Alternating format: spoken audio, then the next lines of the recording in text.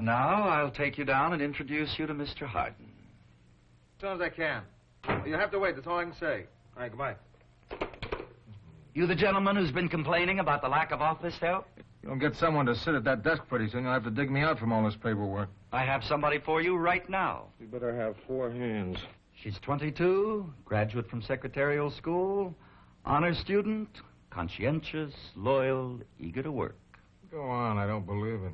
She's outside. Would you like to meet her? Sure, bring her in. And tell her to have her pencil sharpened so that we can get started. Miss Mary Newton, Mr. Kurt Harden. I think you'll find your work cut out for you. How do you do? How do you do? You should have seen his face. He just looked at me like he couldn't believe it. Like he couldn't believe it. What did he say? He said, "How do you do?" He said it twice. And then he turned around and went back to his desk and said he'd see me tomorrow. Well, what did the other guy do then? Mr. Nelson? Yeah. He smiled like there was some sort of a joke. And then he took me down to the medical office. Did anybody say anything about you being the first colored girl in the office? They didn't have to. You could see it in their faces. The way the girl in Mr. Nelson's office looked at me. Maybe you just imagined all of it. Well, that's a crazy thing to say, Mama. Why should she imagine it? It's the truth. You just don't understand. Yes, I understand. You may not think I understand, but I do. You think I can't understand because I'm your mother and I'm older, but I do.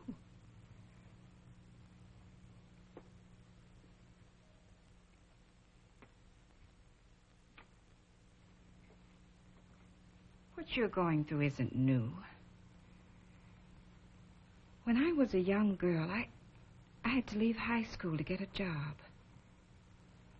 I would have given anything to work in a shop, but it just wasn't done where I lived. Nobody ever heard of a nigger working in a shop where white girls and white women came in to buy things. So I got a job cleaning house. And I cleaned house and cried at nights until I got married. Maybe my mother had something she wanted very bad and couldn't have and cried about all night. I don't know. But now I have you children. And I've watched you grow up and finish school. And now Mary's working in a shop and crying her eyes out because she can't work in an office. Well, maybe she can work in an office. And if she can, I don't want to see her throwing away the chance because she's afraid. Maybe those people hate her. Maybe some of them do. And maybe she's imagining a lot of it, dreaming up trouble to hide her fears. And if this is the way it is, then she's got to find out. And the only way to find out is to go to work tomorrow. Or else, when she has her own kids, she's going to have to watch them get hurt and cry and be afraid.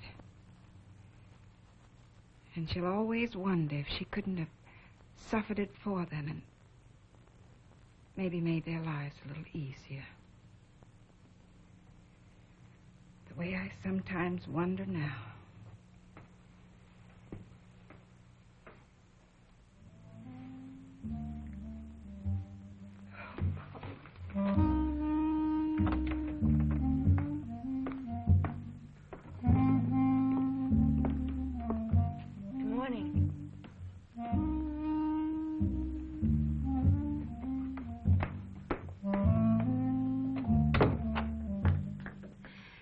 Nelson. Yes? I'm resigning. Seriously? Seriously. Okay. I appreciate your getting here on time to tell me. You know exactly why I'm quitting. I think you may receive a personal invitation from Mr. Todd Dennis of Dennis Industries to present your case to him personally. That it should come to this. Tell him I'd like to see her right away. Let's squash this. And get Lyle Ross on the phone. Oh, Beth. May I ask you a personal question? Of course.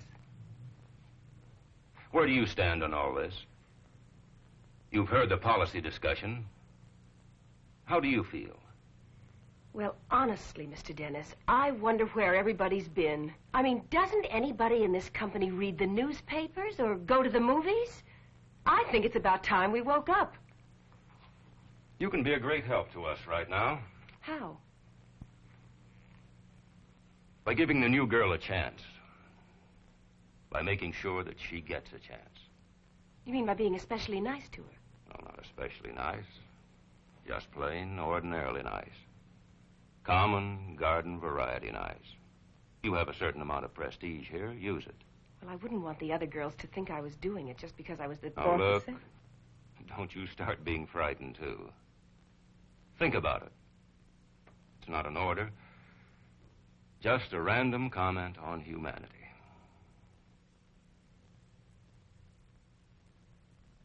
I'm sorry you want to leave, Miss Wright. Up to now, you've been an asset to the company. I'm sorry, too, Mr. Dennis. Up to now, I've enjoyed working here. I suppose you'll be looking for another job. In a plant that doesn't hire Negroes, of course. In a plant that doesn't hire them to work in the office with me. Well, that's going to be more and more difficult. I think you understand my position. I know your position. I don't understand it. It's not difficult to explain. I know. I've heard it all before. Surely you don't expect us to adjust our policies to meet your approval? Frankly, I'd rather not work than to work under your new policy. Rather not work?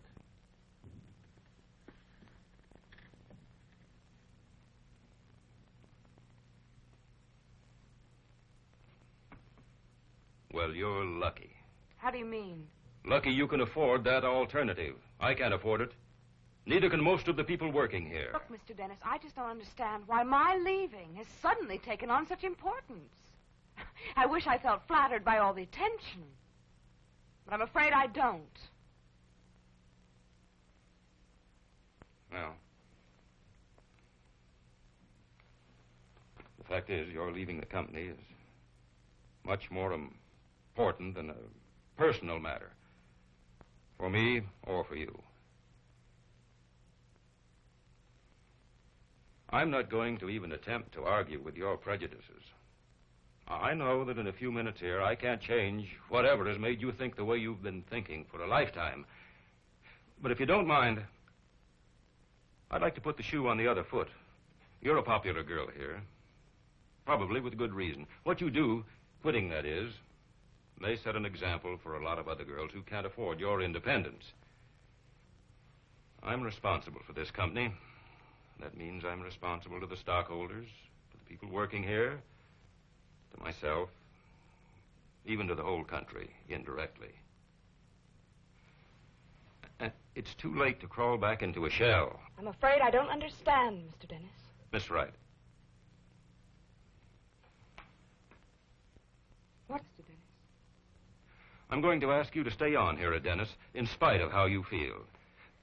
To give this girl, to give yourself even a chance to find out if we're right.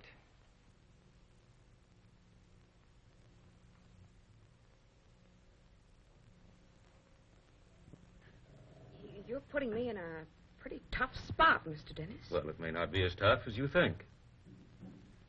You're making it awfully difficult to refuse. It would have been so much easier if you just bawled me out. This is something that has to be handled reasonably. Will you give it a try? I think it's only fair to warn you. I may do all the wrong things. You may be sorry if I stay. Well, every day I'm in business, I'm taking chances. I'm willing to take this one.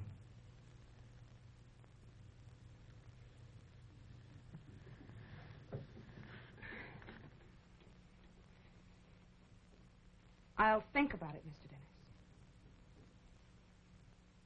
I will say this, though. It's the first time I've stopped to think about it at all. Thank you.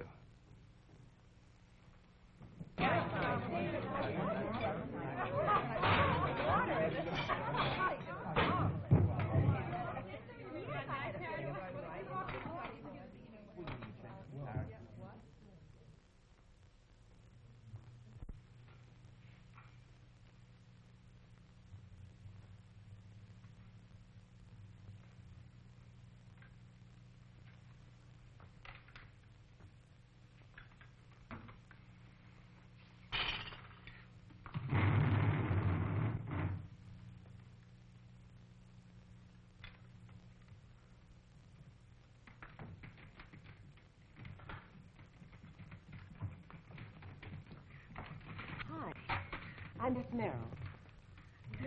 Hello, Mary. The secretaries usually eat over here. Won't you join us?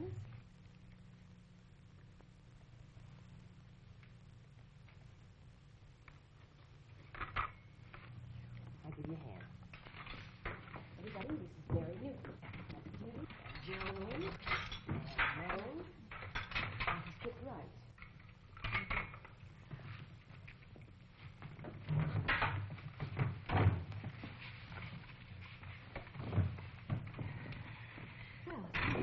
What department are you in?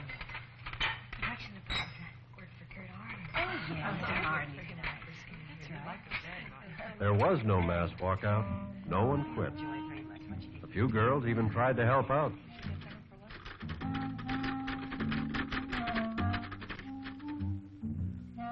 Resentment turned to curiosity. Then curiosity became interest.